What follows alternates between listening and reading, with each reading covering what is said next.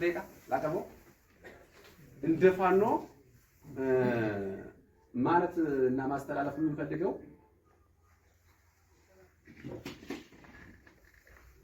ፋኖ ማለት ምን ማለት ነው? ፋኖ ማን ነው?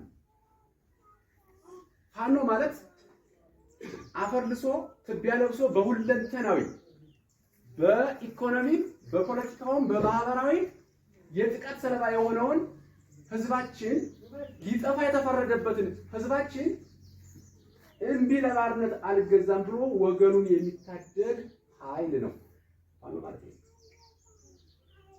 ሌባውን የሚዘርፈው ነው አይደለም እያልኳቸው ፋኖ ተሳሳው ነው። ሌላኛው የተደራጀ የታጠቀ የሰለጠነ የእዝ ሰንሰለት ያለው በግዳጅ ላይ የአንድ አይነት አስተሳሰብ ባህሪ የሚላበስ በቀጣይነት የክልሉና የሀገሩን ጥቅም እና መብት የሚያስጠብቅ ተቋም ነው ፋኖ ማለት ነው። ይሄንን እንድትዙልን እንፈልጋለን። ፋኖ የሚታገለው ለስልጣን ነው። ወንበር ካለው ቆና ይችላል። ትንሽ ለሶስት ሆናሽ ጠጋ ያላችሁ አስገቡ።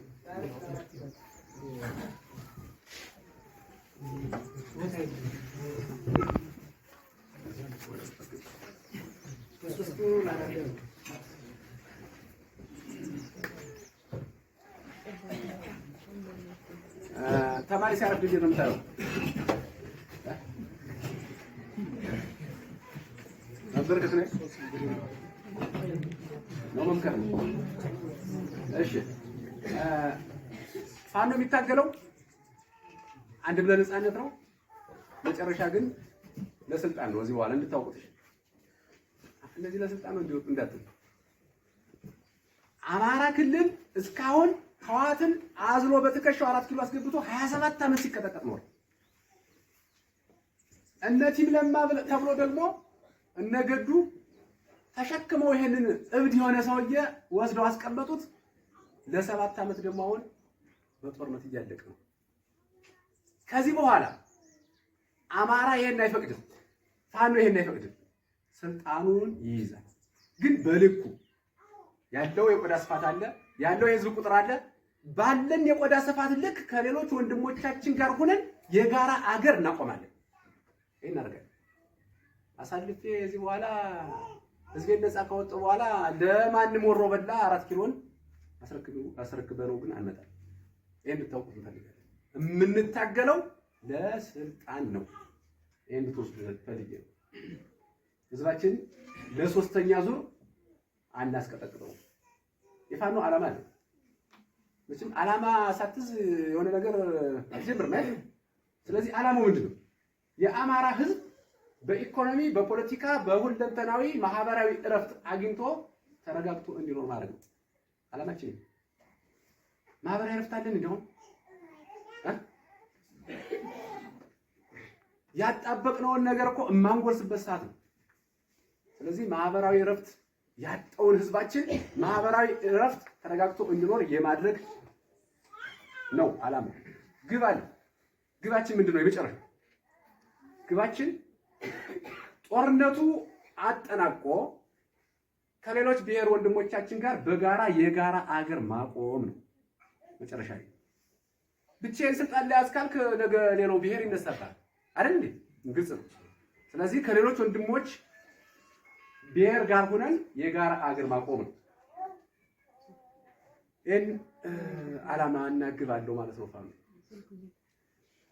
እስኪ ሰው ማለት ምንድነው?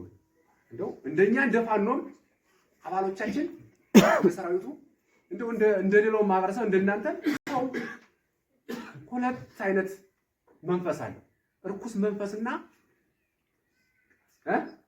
ቅዱስ መንፈስ የተሸከመን እንደው ቅዱስ መንፈሱ ነውና እርኩስ መንፈሱን እስኪላዝ እርኩስ መንፈስ ማለት ምን የተሸከመ ነው? እርኩስ መንፈስ ማለት ሱስ ነው። አንዱ ሱስ ነው፣ የመጠጥ ሱስ። ይሄ የመጠጥ ሱስ ያለበት ሰው እርኩስ መንፈስ ከላዩ ላይ ያለበት ማለት ነው። ሌላው ቅናት፣ መቅናት። አሁን ይችኛው እህቴ ላማረባት የኔው ወንድሜ ሲቀናበት ይኖራል። እሷን እኮ መሆን ይቻላል በመፍጨርጨር ማለት ነው። አይደረስም እንዴ? ይደረሳል። እንደዛ ከመፍጨርጨር መቅናት ይሄ እንዲህ አይነት መንፈስ የተጠናወተን ብዙ ሰዎች አለ። ሌላኛው ስልጣን አጥብቆ መውደድ እንደ ፋኖ የገጠመን ችግር ነው። ስልጣን መውደድ ጥሩ ነው። ስልጣን ግን አጥብቆ መውደድ አሁን ሌሎች አካባቢ ላይ እንደ ፋኖ ትሰማላችሁ። እንደ 4 ኪሎ ሲደርሱ ሊታነቁ ነው ማለት ነው። በጣም ችግር ነው። አሁን እዚህ አማራ ክልል ላይ ሆኖ ስልጣን አጥብቆ በመውደድ የሚያደርሱት የሚጮሁት ጩኸት ቀላል አይደለም። 4 ኪሎ ሲደርሱ እነዚህ ሰዎች የሚታነቁ ይመስል እንደው ላይደርሱም ይችላሉ። በነገራችን ስልጣን አጥብቆ የሚወድ የሚፈልገው ደረጃ ላይ መድረስ ይችላል። የሚፈልገው ደረጃ ላይ። ስለዚህ ስልጣን አጥብቆ መውደድ እርኩስ መንፈስ የተጸናወተው ሰው ነው። ላው ላይ እርኩስ መንፈስ ተጭኖታል ማለት ነው። ስለዚህ በእናንተም በኩል እንደዚህ አይነት ነገር ካለ ማረም ይጠበቅብናል። ሌላው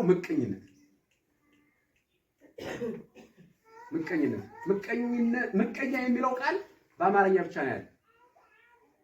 በሌሎች ቋንቋዎች ላይ የለም። ስለዚህ የምቀኝነት አባዜ መንፈስ ላያችን ላይ የተጫነን ሰው እባካችሁ ገንዘብ አጥብቆ መውደድ። ገንዘብ የሚያወዳለ ገንዘብ እንወዳለን ሁላችን። ግን አጥብቆ መውደድ እንደኛ ሳሳያችሁ እነ ጸዳሉና እነ ቆራጡ በላችሁ ምሳሌ እነ ጸዳሉና እነ ቆራጡ በኬሻ ብር ተሸክመው ሁሉ አይጠቅማቸውም። ስለዚህ ገንዘብ በጣም አጥብቃችሁ የምትወዱ ሰዎች ከላያችሁ ላይ እርኩስ